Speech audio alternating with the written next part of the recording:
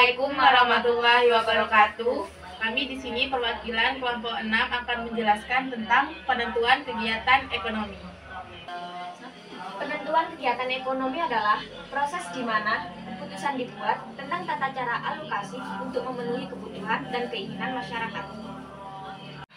Ekonomi klasik adalah perekonomian yang diatur oleh mekanisme pasar. Tingkat penggunaan tenaga kerja penuh akan selalu tercapai.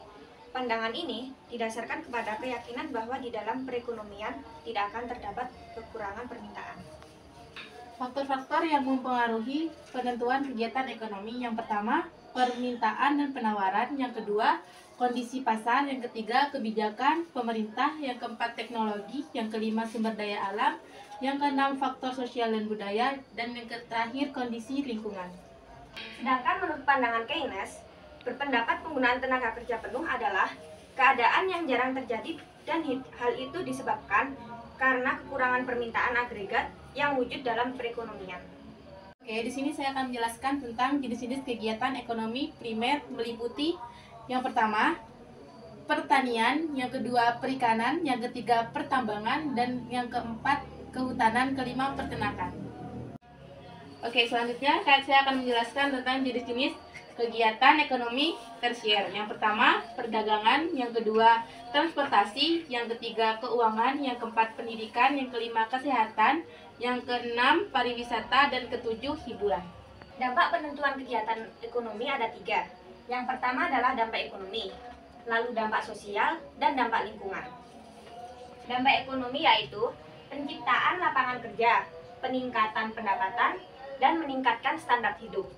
Dampak sosial itu meningkatnya lapangan kerja, penghasilan, dan standar hidup. Lalu dampak lingkungan adalah polusi udara, air, tanah, deforestasi, dan perubahan iklim. Nah, di sini saya akan menjelaskan tentang kolaborasi dan kemitraan dalam penentuan kegiatan ekonomi. Ada 3. Yang pertama, pentingnya kolaborasi antara sektor publik, swasta, dan masyarakat sipil dalam menentukan kegiatan ekonomi. Yang kedua, contoh kemitraan yang berhasil dalam menunjukkan sektor-sektor ekonomi tertentu. Dan yang terakhir adalah manfaat kolaborasi dan kemitraan bagi pertumbuhan ekonomi lokal dan nasional. Inovasi dalam penentuan kegiatan ekonomi ada 3. Yang pertama yaitu peran inovasi dalam memperluas ragam kegiatan ekonomi. Yang kedua, contoh-contoh inovasi yang mengubah lanskap ekonomi secara signifikan.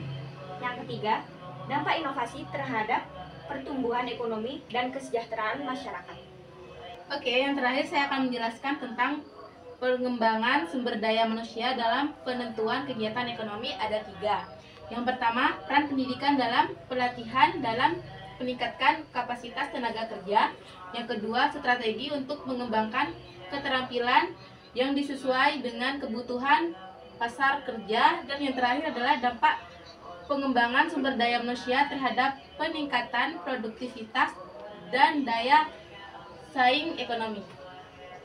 Sekian presentasi dari kelompok 6, kurang lebihnya mohon maaf. Wassalamualaikum warahmatullahi wabarakatuh.